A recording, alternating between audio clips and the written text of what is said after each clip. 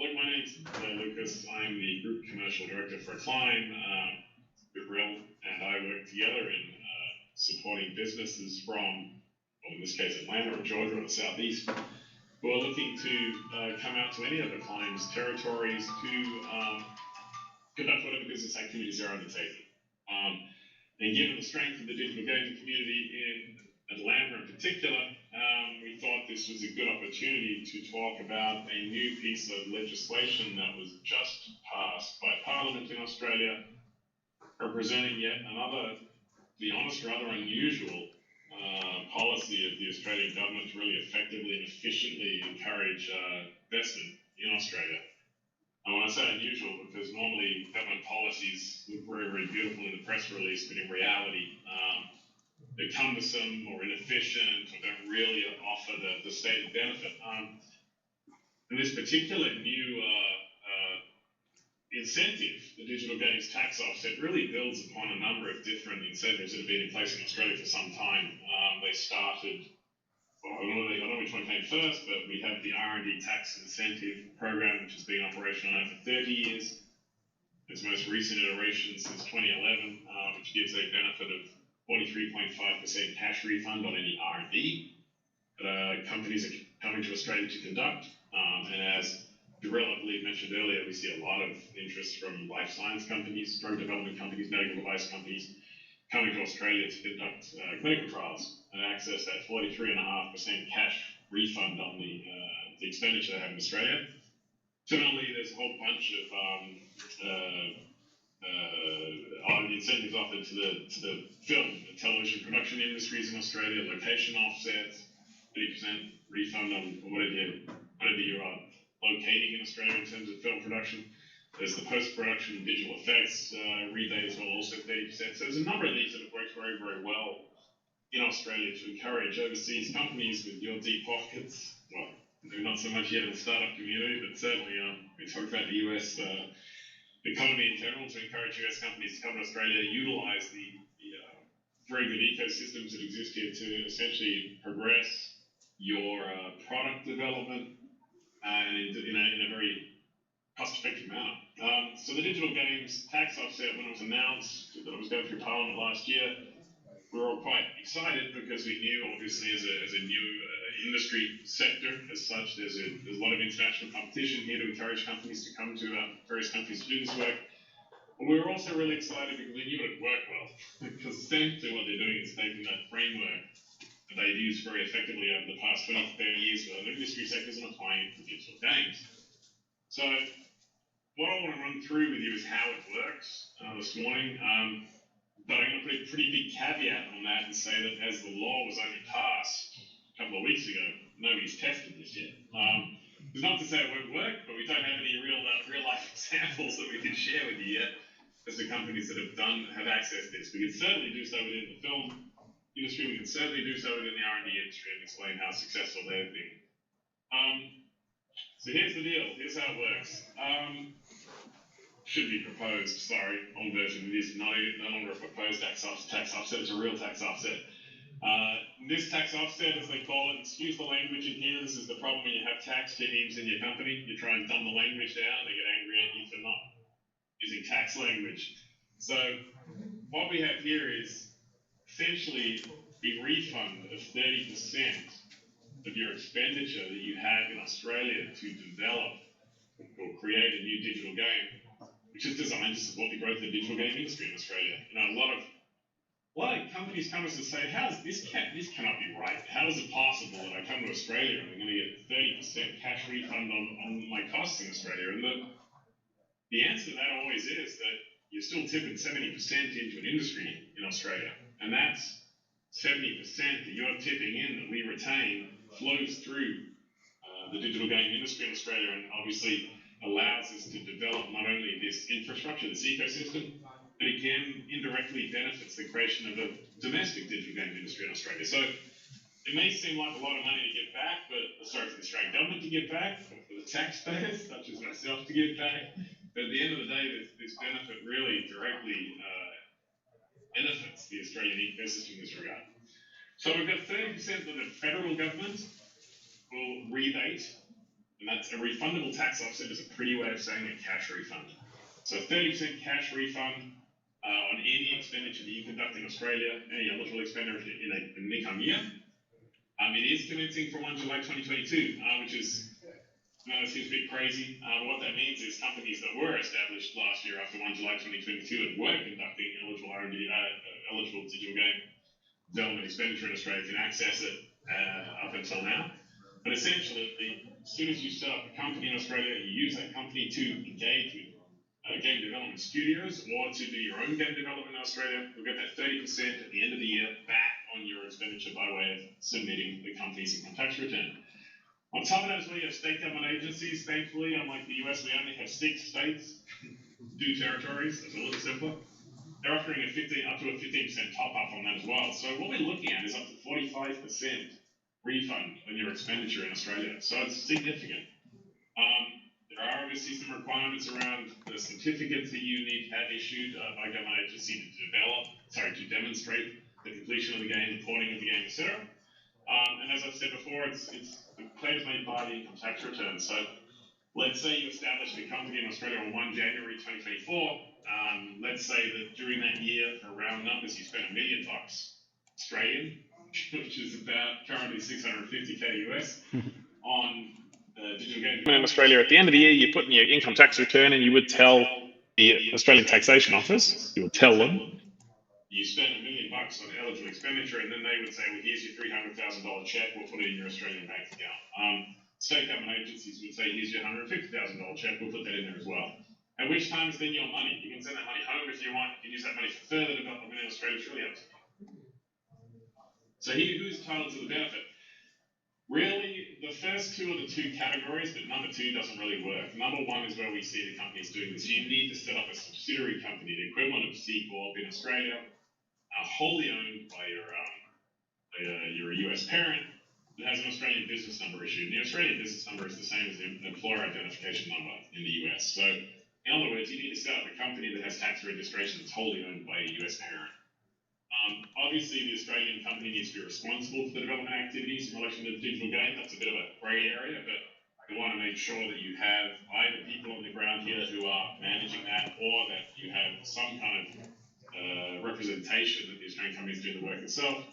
You need to get those pre-mentioned or the aforementioned certificates issued by the Arts Minister during that year, and then of course you claim through the income tax return. The key points here are that you cannot, as a US company, contract, for example, with a digital game development studio in Australia directly and access this benefit. You have to do so via your own Australian subsidiary company that you set up.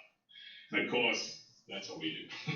We set up companies in Australia for foreign businesses that are looking to access any one of these incentive programs I mentioned before.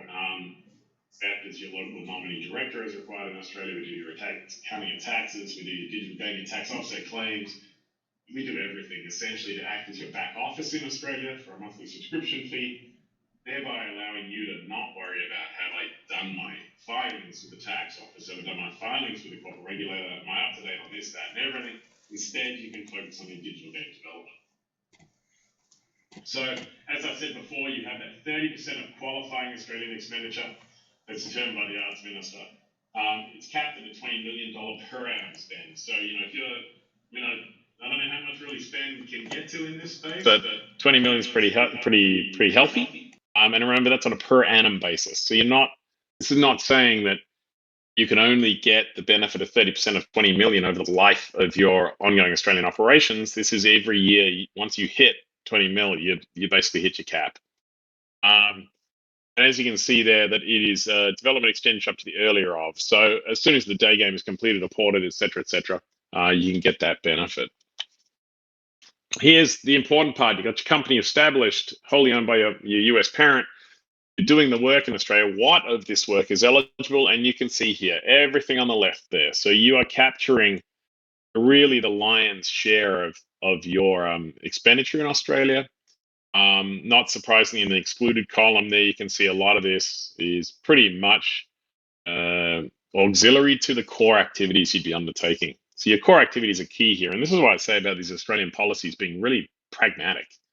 It's not as though they say you get 30% back of 1% of what you're spending in Australia. You'll get 30% back of very much the majority of what you're spending in Australia. The key points to notice in the exclusion column there are travel, accommodation, entertainment. You unfortunately cannot, I hate to say it, we'd love to have you out here, but you cannot fly yourself out here 4 times a year and claim those costs. Certainly you can fly yourself out, but you cannot claim those costs. And similarly, unfortunately, business administration, our fees are not eligible. So the fees that you pay to Acclime to manage your business in Australia, you cannot claim the benefit back on those. That's really it. That was my brief and concise summary at this stage, because as I said, I don't really have any concrete examples that I can share with you at this point as to how it all works. But that's the summary. Excellent. Thank you, Blair. Are there any questions? I'm not sure I'll be able to answer them with a degree of specificity, but happy to explore them. First question we all have: if we do a surfing game, are our surfboards covered by the credits? It is Australia after all. Hey, it's a good question. We'd look into that. I mean, look, inputs generally under all of these programs, your inputs to your development, be it R&D, be it film production, be it digital gaming, are usually eligible. So, if you needed this is the crossover between real and digital, which I don't know, but if you needed a surfboard in order to develop your game, then you'd probably find that's an eligible expenditure. Excellent. All right, yes, we do have some questions. Here, I'm going to go ahead and run the mic. Or actually, you want to step forward, that'll be good too. First of all, good day. Did you hear him, Blair? Sorry, say again, I did not hear. I said good day. Oh, g'day. Well done. Shall I come up here? No, you can. Oh, yeah, if you want to be on the camera, get on the other side. You do have to get a step over, unfortunately. You don't have to be on camera, but if you want to be. So, yeah, nice to hear an Australian accent. Just a question about 2 short questions. Are all states offering the 15%? And does the location of the employee matter? For instance, a lot of people working remotely. A lot of this work can be done remotely. Yep, look, I think those 2 questions are obviously interrelated. And it's interesting, the states are offering a bit of a mix. I'm still waiting the states were waiting until the federal policy was fully passed as legislation before they put theirs forward, but for quite some time they've been talking it up. Obviously, the 2 states that are really pushing this hard, as per usual in Australia, are Victoria and New South Wales, which are headquartered, capital cities of Melbourne and Sydney. Both of them are offering, I think South Australia, also Adelaide's taking a bit of a push in this regard. Some of them are 10, some of them are 15. We have to get the updated details now that the federal policy's been passed. But yeah, obviously, if you're going to Tasmania, beautiful little island, really pretty, but you're not going to be doing a lot of digital game development down there. I don't think they're even offering a top up.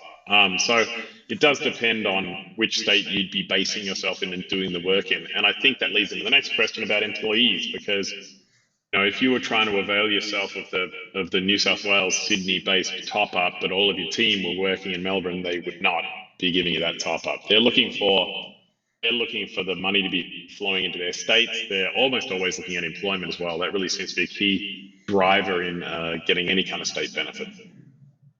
Yeah, it's interesting because the Georgia credit is actually completely tied now to Georgia workforce.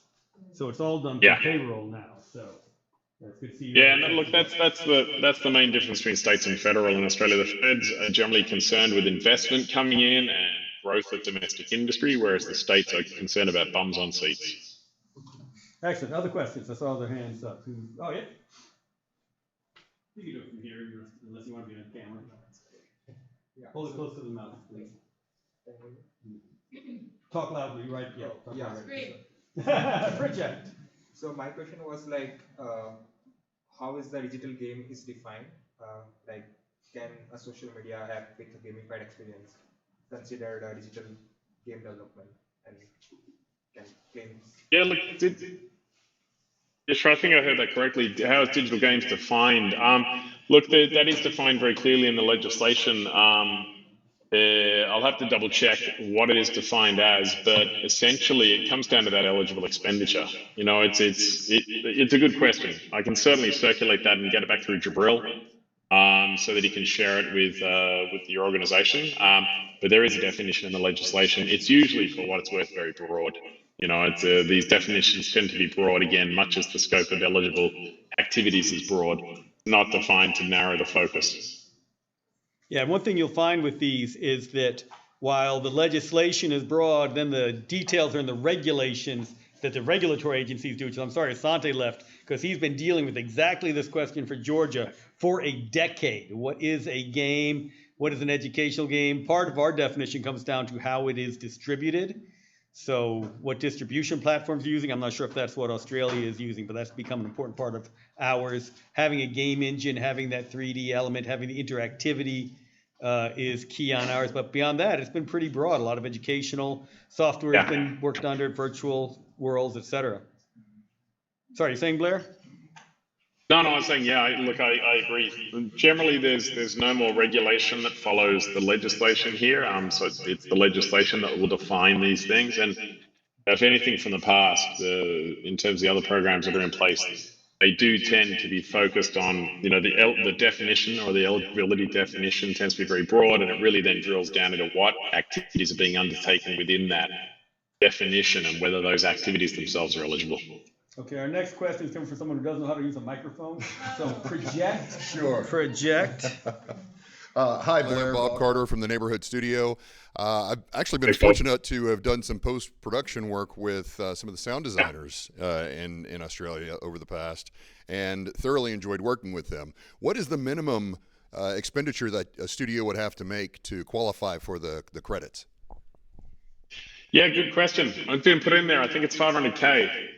I think we're still waiting for clarification of that, Bruce. Yeah, 500K Australian per annum.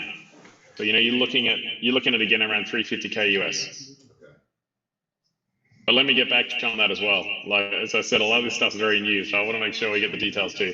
We can certainly get to the minimum expenditure amount, and we can certainly get the definition of an eligible digital game in that context. Yeah, excellent. We'll disseminate that after Blair gets us that information. Yeah. Australia used to have a great game development community in the 90s. One of the earliest fantasy war games, Warlords, which got huge, came out of there. Great AI developers and so forth. We're sorry to see the industry there drop off and glad to see it back up on the rebound.